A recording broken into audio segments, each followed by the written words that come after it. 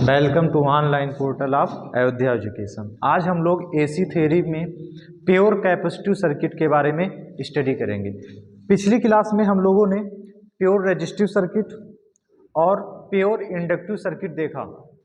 Pure resistive circuit में हम लोग ने देखा जिस परिपथ में केवल रेजिस्टेंस लगा होता है उसे प्योर रेजिस्टिव सर्किट कहते हैं। इसी प्रकार हमारा इंडक्टर में क्या था, जिस परिपथ में केवल इंडक्टर लगा होता है उसे प्योर इंडक्टिव सर्किट कहते हैं। और तीसरा आज हम लोग पढ़ेंगे प्योर कैपेसिटिव सर्किट। इसका मतलब जिस सर्किट में केवल प्योर क्या लगा होगा, केवल कैपेसिटर लगा होगा उसे प्योर कैपेसिटिव सर्किट कहते हैं। रेजिस्टिव सर्किट में फिर हम लोगों ने देखा था जो करंट और वोल्टेज थी, हमारी करंट और वोल्टेज क्या थी, सेम फेज में थी। तो सेम फेज में होने के कारण वोल्टेज और करंट के बीच में जो फेज एंगल बनता था वो कितना बनता था, 0 डिग्री का।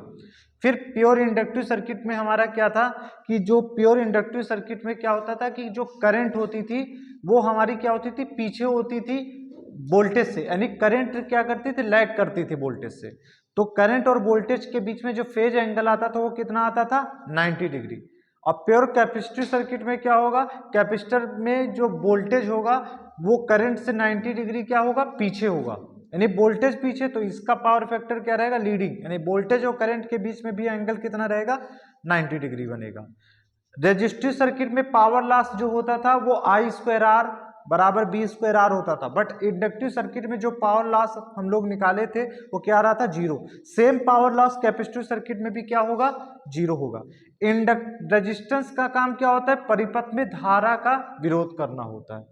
और इंडक्टर अगर परिपथ में लगा है तो उसका काम क्या होता है, करंट के परिवर्तन का विरोध करता है इंडक्टर।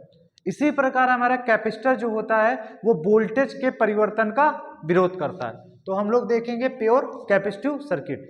तो ऐसा सर्किट जिसमें केवल कैपेसिटर लगा होता है उसे प्योर कैपेसिटिव सर्किट कहते हैं। इस सर्किट में हमारा जो I होता है वो वोल्टेज से 90 डिग्री क्या करता है, लीड करता है। ऐसी सर्किट का वह गुण होता है जो अगर कैपेसिटर आपका लगा होता है, या सर्किट का वह गुण होता है जो वोल्टेज के मान में होने वाले परिवर्तन का विरोध करता है, वही आपका कैपेसिटेंस कहलाता है, जिसे C से क्या करते हैं, व्यक्त करते हैं, और जिसका मात्रक क्या होता है, फैराड होता है। हम लोग एक प्योर कैपेसिटिव सर्किट का एक डायग्राम हमने बनाया। ये हमारा एक कैपेसिटर हमने कनेक्ट कर दिया, सिर्फ इसमें क्या है, कैपेसिटर है, इसलिए इसको क्या कहते हैं, प्योर कैपेसिटिव सर्किट कहते हैं। फिर इसमें हमने क्या एसी सिग्नल लगाया, B बराबर BM साइन ओमेगा टी, और इसी के करस्पॉन्डिंग इसमें करंट फ्लो हो रही है। तो यहां से हमारी करंट फ्लो होगी। तो जब करंट फ्लो हो रही है तो पहले कैपेसिटर क्या होगा, चार्ज होगा, तो करंट क्या होगी, हमेशा मैक्सिमम पे होगी।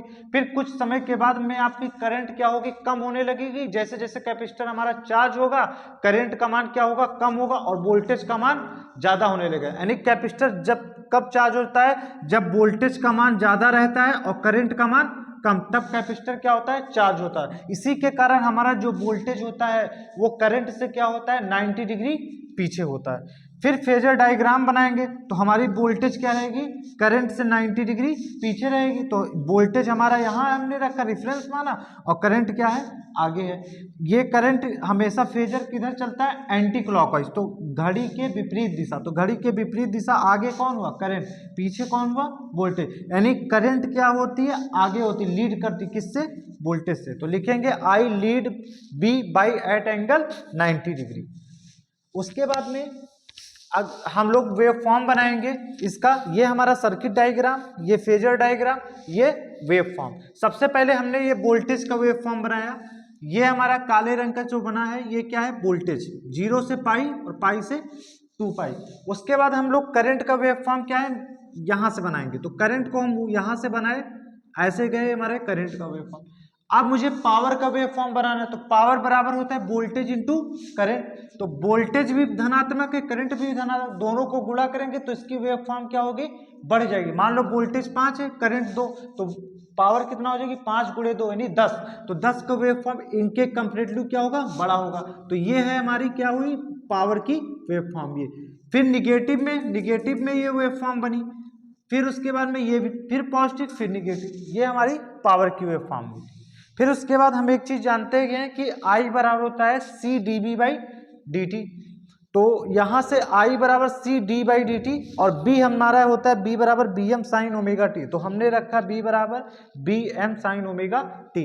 तो यहाँ से हम इसका डिफ्रेंसिएशन करेंगे विद रिस्पेक्ट टू t, तो t के सापेक्ष इसका अवकलन करेंगे। तो जब हम लोग यहाँ से बी एम कॉन्स्टेंट हो गया, C कॉन्स्टेंट हो गया, और इस साइन ओमेगा टी का अवकलन क्या होता है cos omega T into omega क्या आ जाएगा इंटू में आ जाएगा कॉन्स्टेंट। यहां से हम लिखेंगे I बराबर omega C into B M, और इस कॉस ओमेगा टी को मैं लिख सकता हूं साइन 90 प्लस थीटा, यानी लिख सकते हैं साइन 90 प्लस ओमेगा टी।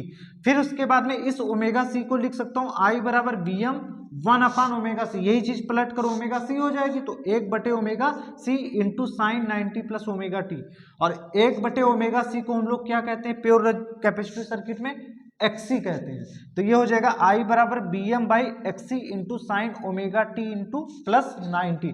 यहाँ से हमने कंपेरिजन किया B बराबर B M sine omega T, यहाँ वोल्टेज के वेव फॉर्म ओमेगा टी है और यहाँ करंट का wave form omega T plus 90, यानी वेव फॉर्म से हमें दिख रहा है इस समीकरण से कि करंट हमारी इसको रेफरेंस मान रहे हैं ओमेगा टी को, तो ये करंट क्या है ओमेगा टी प्लस 90, यानी ये 90 डिग्री क्या है वोल्टेज से करंट आगे है।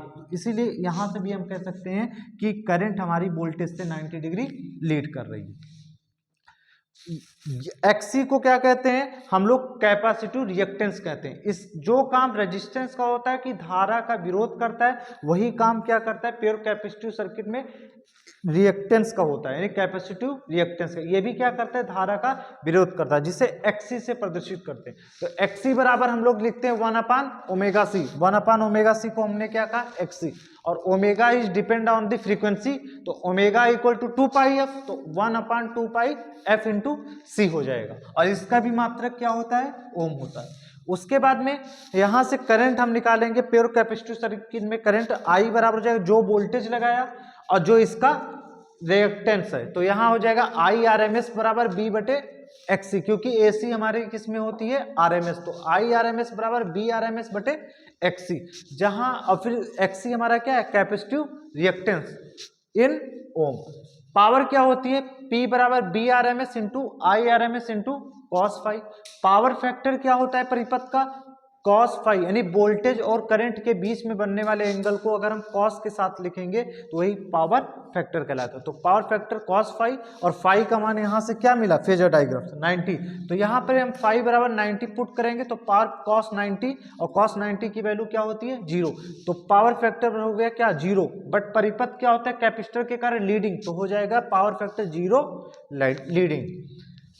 हमारे कैपेसिटिव सर्किट में पावर लॉस कितना होता है उसको कैलकुलेट करते हैं इस सूत्र की सहायता से। तो P लॉस बराबर है B R M S into I R M S into cos, और फाई का मान क्या है 90, यहाँ 90 रखेंगे।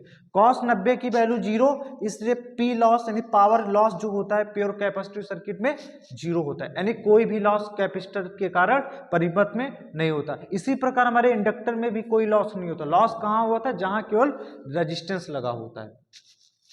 प्योर कैपेसिटिव सर्किट में जो पावर लॉस है हमारा क्या आ गया शून्य हो गया, और कैपेसिटर जो होता है हमेशा इलेक्ट्रोस्टैटिक फील्ड में half CV square energy positive half cycle में स्टोर करता है, तथा निगेटिव हाफ साइकिल में हाफ CV स्क्वायर एनर्जी ये पुनः परिपथ को या लोड को दे देता है, जिसके कारण हमारे कैपेसिटर में क्या होता है किसी भी प्रकार का लॉस नहीं होता था।